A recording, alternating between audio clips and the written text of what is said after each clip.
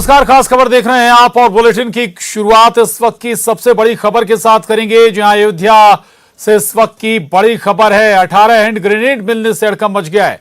सेना की firing range से कुछ दूरी पर मिले हैं ये हैंड ग्रेनेड। सेना ने डिफ्यूज कराए हैं सभी हैंड ग्रेनेड। मिलिट्री इंटेलिजेंस ने स्थानीय पुलिस को सूचना दी है।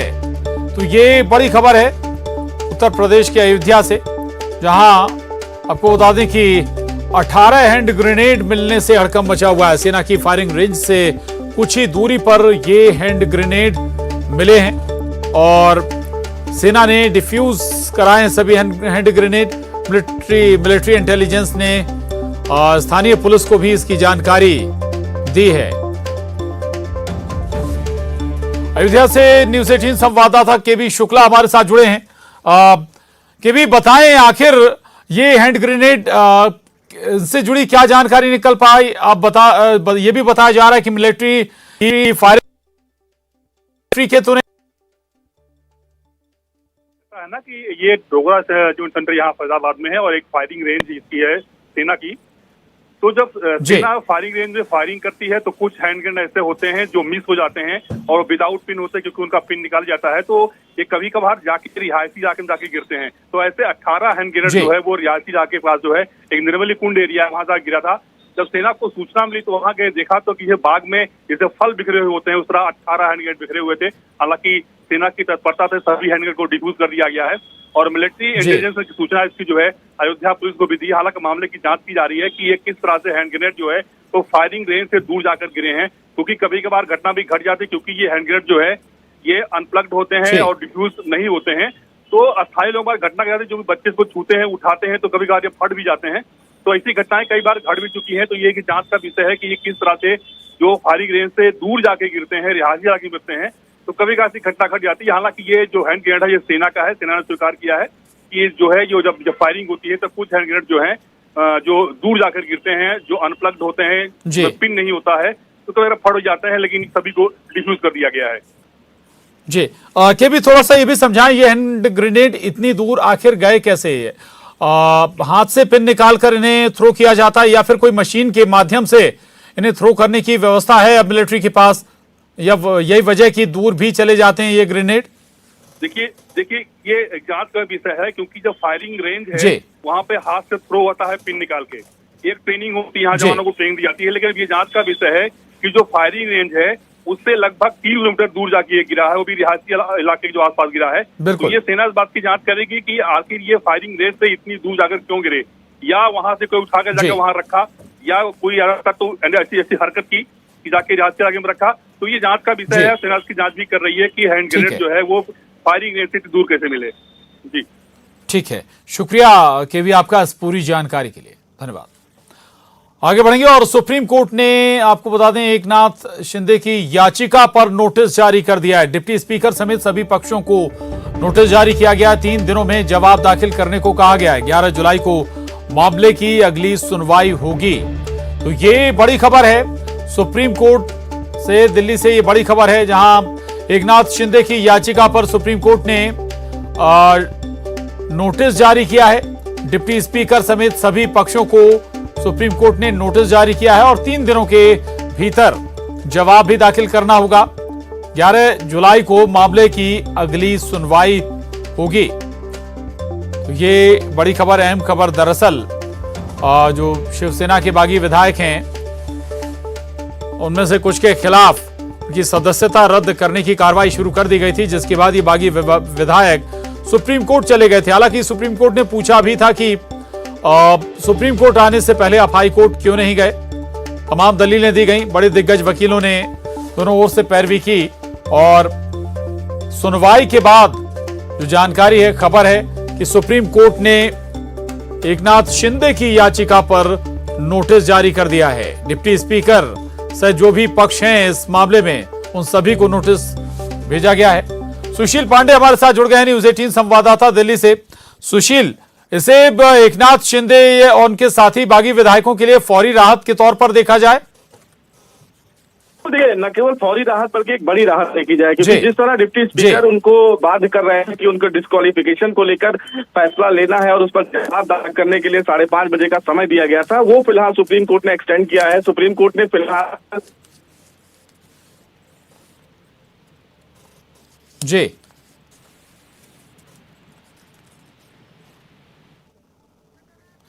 सुशील, आवाज पहुंच रही है आप तक? ये स्पष्ट कर दिया है कि इस बीच जो जी। 5:30 बजे का तक का समय आज का था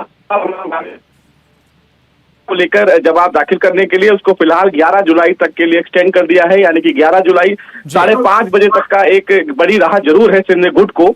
लेकिन अभी इस पूरे मामले में सबसे महत्वपूर्ण बात है कि डिप्टी स्पीकर के द्वारा जो अविश्वास प्रस्ताव की बात कही गई थी, जिसका फैसला उन्होंने स्वयं लिया, क्या वो ये फैसला ले सकते हैं या नहीं, ये एक बड़ा मामला है और इसको फिलहाल सुप्रीम कोर्ट डिसाइड करेगा। सबसे महत्वपूर्ण बात है कि जो एक संवैधानिक संकट महाराष्ट्र में था, जिसमें सिंधे गुट के तमाम लोगों को सुरक्षा दी जाए या ना दी जाए, इसको कोर्ट में आज ये कहा गया कि उनकी सुरक्षा और जानमाल एक आवश्यक काम है। लिहाजा सुप्रीम कोर्ट ने राज्य सरकार को नोटिस जारी किया है और ये कहा है कि राज्य सरकार इस पूरे मामले में सिंधे गुट के तमाम जो बागी विधायक हैं 34, उनको सुरक्षा प्रदान करे। और ये सुप्रीम कोर्ट ने राज्य सरकार को सुनिश्चित करने के लिए कहा है और ये कहा है कि उनकी संपत्ति और उनकी सुरक्षा राज्य सरकार की जिम्मेदारी है। लिहाजा राज्य सरकार तुरंत एक्शन लेते हुए उन्हें सुरक्षित और कहीं ना कहीं सुरक्षा मुहैया कराए। जी बिल्कुल बिल्कुल, चलिए बहुत शुक्रिया आपका सुशील इस पूरी जानकारी के लिए, धन्यवाद। और अब अगली खबर खैर करेंगे। एकनाथ शिंदे को सुभाष देसाई की धमकी, बागी विधायकों को एयरपोर्ट से निकलने नहीं देंगे, 72 घंटे तक मुंबई एयरपोर्ट से नहीं निकलने देंगे, शिवसेना के मंत्री हैं सुभाष देसाई। तो ये बड़ी खबर है। एकनाथ शिंदे को सुभाष देसाई ने धमकी दी है। आपको बता दें कि सुभाष देसाई शिवसेना के मंत्री हैं, शिवसेना सरकार में मंत्री हैं और उन्हें सुभाष देसाई ने एकनाथ शिंदे को धमकी दी है। भवन में एक डाका हुआ। अगर महाराष्ट्र में होते तो कौन से भी बिल से महाराष्ट्र की पुलिस उनको पकड़ के घसीट के ले आती। इसलिए भाग के डर के अभी गुवाहाटी में बैठे हैं और धमकियां दे रहे हैं, परिवर्तन का सपना देख रहे हैं। लेकिन महाराष्ट्र की राजनीति में परिवर्तन करना है तो इस महाराष्ट्र की भूमि में आना होगा, मुंबई में आना होगा। जैसे कोई ना कोई दिन वो यहाँ मुंबई में आएंगे तो उनके जो साथ में है उसमें से आधे से ज़्यादा जल्दी शिवसेना भवन में आकर के दाखिल हो जाएंगे और बाकी जो है उनको एयरपोर्ट से बाहर निकलने नहीं दिया जाएगा। शिवसेना इतना विशाल संगठन है कि पूरे एयरपोर्ट का घेराव 24 घंटे, 48 घंटे, 72 घंटे, आप बोलो उतने घंटों तक घेराव करके बैठने की क्षमता सिर्फ। तो सुभाष देसाई का ये उनकी धमकी है एकनाथ शिंदे को और ये कह रहे हैं सुभाष देसाई कि बागी विधायकों को एयरपोर्ट से निकलने नहीं दिया जाएगा, 72 घंटे तक मुंबई एयरपोर्ट में ही उनको बंद रखेंगे। तो मुंबई एयरपोर्ट से बाहर ही नहीं निकल पाएंगे जो बागी हैं और जो शिवसेना के साथ जाना चाहते हैं वो शिवसेना के साथ जाएंगे, बाकी एयरपोर्ट से बाहर नहीं निकल पाएंगे। शिवसेना सरकार में मंत्री हैं सुभाष देसाई और सुभाष देसाई की ये सीधी धमकी है एकनाथ शिंदे को। आपको बता दें कि जो बागी गुट है उसके नेता एकनाथ शिंदे, उन्हीं के नेतृत्व में बड़ी संख्या में जो शिवसेना के बागी विधायक हैं वो इस वक्त गुवाहाटी में हैं। और हमारे साथ मुंबई एडिटर माफ कीजिएगा हमारे साथ न्यूज़ 18 संवाददाता मुंबई से सर्वेश तिवारी जुड़े हैं। सर्वेश, ये धमकी है एक लिहाज से सीधी सुभाष देसाई की एकनाथ शिंदे को और उनके साथ जो बागी विधायक हैं उनको भी कि आप आइए, बाहर नहीं निकलने देंगे एयरपोर्ट से। साफ सुना जा सकता है सुभा देसाई की बात। जी जिस तरह से बगावत हुई शिवसेना से और महाविकास आघाड़ी सरकार से, उसके बाद लगातार शिवसेना के बैठकों का दौर शुरू हो चुका है। कह सकते हैं कि अब से 30 से 35 मीटिंगें मुंबई शहर में मैच हो चुकी हैं। कई मीटिंगों में सुभा देसाई जा रहे हैं, कुछ मीटिंगों में संजय राउत जा रहे हैं, कुछ मीटिंगों में आदित्य ठाकरे पहुंच रहे हैं, कई अरविंद सावंत पहुंच रहे हैं जो सांसद हैं। तो उसी मीटिंग का एक हिस्सा जिसमें सुभा देसाई कहते नजर आ रहे हैं कि मुंबई अगर आते हैं तो उन्हें एयरपोर्ट पे ही घेरने की कोशिश की जाएगी। 72 घंटे एयरपोर्ट पे रखा जाएगा। उसके बाद शायद बाहर निकलने की मतलब एक मूवमेंट जो है शिवसेना का वो एक शुरू हो चुका है। घेरने की बात की जा रही, खबर तक यहाँ तक आ रही है कि महिला जो शिवसेना की महिला विंग है जो बहुत पावरफुल मानी जाती है, उसको साफ आदेश दिए गए हैं कि किसी भी हाल में इन्हें एयरपोर्ट से आगे न जाने दिया जाए। हो सकता है कि सिचुएशन में जो भी बागी विधायक हैं उनके कपड़े तक नोचे जा सकते हैं, उन्हें बिना कपड़ों तक के भी किया जा सकता है। इस तरह की सिचुएशन पहले भी जो बागी विधायक हैं उनके साथ मारपीट, आगजनी घटना छगन भुजबल के टाइम, नारायण राणे के टाइम, गणेश नायक के टाइम देखी जा चुकी है। अब अगर इस बार काफी जो माहौल आक्रोश धीरे धीरे बढ़ रहा है, हालांकि वो आक्रोश अभी इस कदर तक तो नहीं बढ़ा है, लेकिन वेट एंड वॉच की स्थिति में जरूर है। जिस तरह से हमें सूत्रों से जानकारी मिलेंगी कि शिवसेना की तमाम कार्यकर्ता, स्पेशल की इनकी महिला की जो विंग टीम है वो बहुत अलर्ट मोड पर है। जी चलिए, शुक्रिया आपका सर्वेश जानकारी के लिए। तो ये सुभाष देसाई हैं, शिवसेना सरकार में मंत्री हैं, जिनकी सीधी धमकी है एकनाथ शिंदे को। आगे बढ़ेंगे, गुना से ये बड़ी खबर है। जिला अस्पताल के मैटरनिटी वार्ड में आग लग गई और शॉर्ट सर्किट की वजह से बताया जा रहा है कि आग लगी। आग की वजह से वार्ड में अफरा तफरी का माहौल भी बन गया। मामले पर अस्पताल प्रशासन ने चुप्पी साध ली है। परिजनों ने सड़कों पर रात गुजारी है। ये बड़ी खबर है गुना से, जहां जिला अस्पताल के मैटरनिटी वार्ड में आग लग गई। शॉर्ट सर्किट की वजह से आग लगी। आग की वजह से वार्ड में अफरा तफरी का माहौल बन गया। मामले पर अस्पताल प्रशासन ने चुप्पी साधी है। परिजनों ने सड़कों पर रात भी गुजारी है। तस्वीरें देख रहे हैं आप। और जो बच्चा मेरा सामने मिल डरो नीचे, हाँ नीचे वहाँ फेंको, कैसे फेंको भगवान जाने। ये कौन से वार्ड में? लाइट खराब हो गई। लाइट खराब हो गई इस कारण। तो कितने बजे हुई थी? ये टाइम को पता नहीं है। तो आप लोग अब रात में यहीं भारी बैठ हो गए। जब का जाएंगे।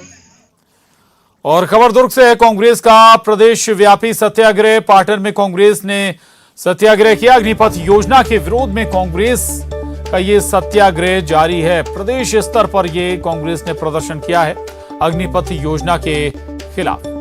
सत्याग्रह में शामिल खुद मुख्यमंत्री भूपेश बघेल भी हुए। पाटन के आत्मानंद चौक पर सत्याग्रह का आयोजन हुआ। बड़ी संख्या में कांग्रेस के कार्यकर्ता मौजूद हैं। ये सीधी तस्वीरें देख रहे हैं आप। ये तस्वीरें दुर्ग के पाटन से हैं। पाटन के आत्मानंद चौक पर सत्याग्रह का आयोजन किया गया है। दरअसल कांग्रेस ने आज अग्निपथ योजना के खिलाफ प्रदेश व्यापी सत्याग्रह का आयोजन किया है। मुख्यमंत्री भूपेश बघेल भी आज सत्याग्रह पर बैठे हैं अग्निपथ योजना के खिलाफ। तस्वीरें, सीधी तस्वीरें आपको दिखा रहे हैं। ये तस्वीरें दुर्ग के पाटन से हैं, जहां पाटन के आत्मानंद चौक पर सत्याग्रह का आयोजन किया गया और भारी संख्या में कांग्रेस के कार्यकर्ता इस दौरान मौजूद भी रहे।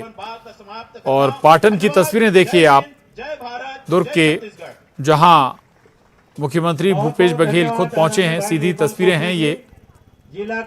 और केंद्र सरकार के जरिए लाई गई अग्निपथ योजना का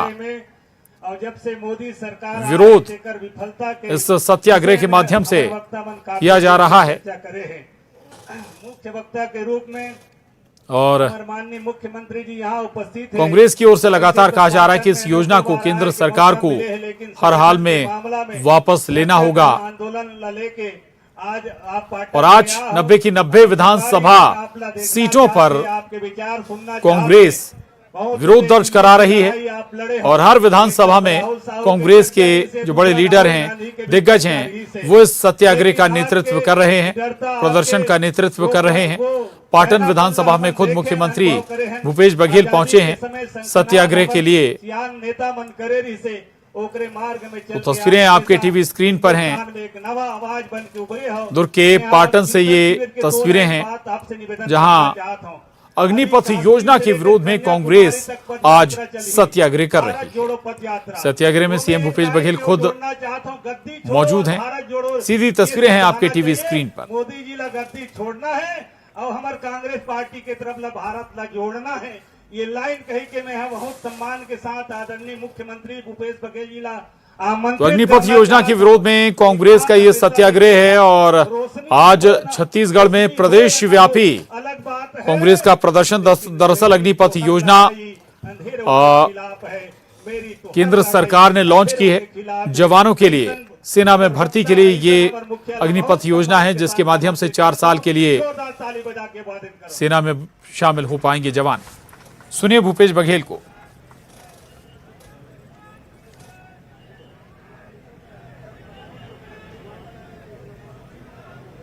अखिल भारतीय कांग्रेस कमेटी के निर्देश में हर विधानसभा स्तर में धरना प्रदर्शन करना है और आज 27 तारीख के पूरा देश के सभी विधानसभा में धरना प्रदर्शन आयोजित हुई कड़ी में आज हमारे पाटन में एक आयोजन हुए। वैसे भी धरना प्रदर्शन करे कई साल बीत गई। आज के कार्यक्रम में विशेष रूप से उपस्थित भाई राजेंद्र साहू जी महामंत्री, भाई निर्मल कोसले जी अध्यक्ष, भाई महेंद्र वर्मा जी, भाई राजेश ठाकुर जी, प्रमोद राजपूत जी, तीनों ब्लॉक कांग्रेस कमेटी के अध्यक्ष, भाई हेमंत देवांगन जी, भाई सोनी साहू जी, भाई जवाहर वर्मा जी, भाई कमलेश मिश्रा जी, अशोक साहू जी, राजेश्वर जी, आदरणीय RN वर्मा जी, राकेश ठाकुर जी, मुकेश चंद्राकर जी, महत्तर वर्मा जी, फकीर सिंह वर्मा जी, पूरनलाल साहू जी, जयप्रकाश जी, पुरुषोत्तम तिवारी जी, शंकर भैया, सोहन भाई, तरुण बिजौर जी, भाई संजय यदू जी, रूपेन्द्र शुक्ल जी, भेष आठे जी, कौशल चंद्राकर जी, रमन टिकरिया जी, भाई दिनेश जी, रूपचंद साहू जी, देवेंद्र चंद्रवंशी जी, अजय तिवारी जी, रामचरण ठाकुर जी, शंकरलाल चंद्राकर जी, दुर्योधन चंद्राकर जी, चेतन चंद्राकर जी, सालिक साहू जी, सुमन जोशी जी, बलदाव भाले जी, लीलाधर वर्मा जी, नागेश्वर धनकर जी, प्रशांत शुक्ला जी, नीरज सोनी जी, केदार कश्यप जी, श्रीकांत देवांगन जी और महिला मन भी है, संतोषी तिवारी भी है, जयश्री वर्मा भी दिखत है, मीना ठाकुर भी पूर्व जनपद अध्यक्ष, सबो हमारे सब साथी मन, साथ ही पत्रकार संगवारी मन भी आए, इलेक्ट्रॉनिक मीडिया भी बड़े हमारे दुर्ग भिलाई से इलेक्ट्रॉनिक मीडिया के सब साथी मन आए। यहाँ पाटन के हमारे लोकल पत्रकार मन भी, हिरवानी जी है, बलराम यादव जी भी दिखाई दे थे, संदीप मिश्रा जी है, रूपेश शर्मा जी है, टिकेंद्र वर्मा जी, अंचल पांडे जी और सब साथी मन के स्वागत है, अभिनंदन है। तो मुख्यमंत्री भूपेश बघेल को सुन रहे थे आप और उसके साथ ही इस बुलेटिन में बस इतना ही। खबरों का सिलसिला जारी है।